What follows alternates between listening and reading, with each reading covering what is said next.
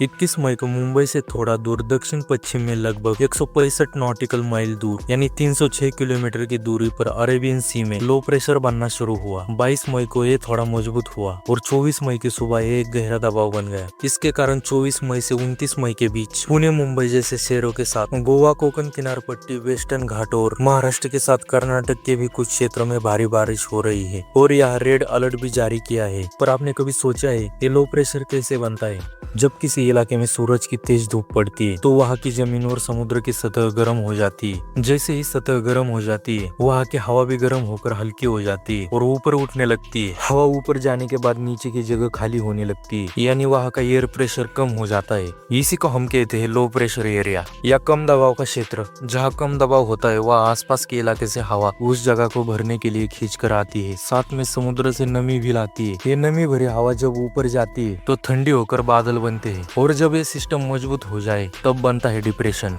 अगर ये प्रक्रिया तेजी से हो जाती है यानी हवा तेजी से ऊपर जाती है, नमी ज्यादा होती है और बादल घने बनते हैं तो ये लो प्रेशर सिस्टम धीरे धीरे डिप्रेशन में बदल जाता है। इससे तेज बारिश और कभी कभी तूफान भी आ सकता है। यानी इसका मतलब लो प्रेशर सिस्टम ज्यादा ताकतवर हो जाए तो हम इसे डिप्रेशन कहते हैं। अगर ये डिप्रेशन और भी ताकतवर हो जाए तो डीप डिप्रेशन और फिर साइक्लोन भी बन सकता है।